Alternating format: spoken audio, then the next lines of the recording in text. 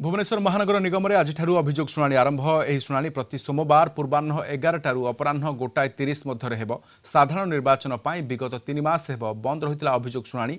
आज प्रथम दिन में 50 रु अधिक लोके अभियोग नहीं कमिशनर निकट में पहुंची। कमिशनर भाव में बीएमसी दायित्व नेबा परे प्रथम थर पर आज लोकों अभियोग शुणी बीएमसी कमिशनर राजेश प्रभाकर पाटिल। विशेषकर ड्रेन वेंडिंग जोन समस्या रोड समस्या को नहीं अनेक लोक अभियोग अभियोग शुणा पर समाधान पर प्रतिश्रुति देते कमिशनर।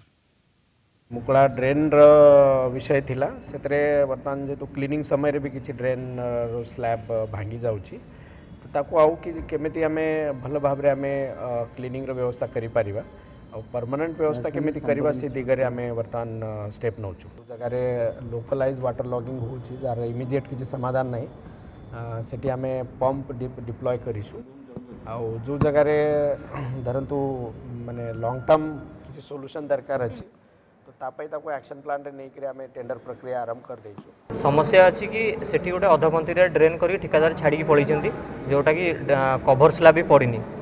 एबे रिसेंटली कभर स्लैब न पड़े जो गोटे छुआर प्राण जाइथिला आमे चाहूनु कि सेटा द्वितीय थर रिपीट हो आउ से रास्ता पूरा कंडीशन खराब हो गई सेटा आमे अनुरोध करूछु कि बीएमसी को आपण एटा टिके देखंतु और क्विकली एक्शन टिके नियो।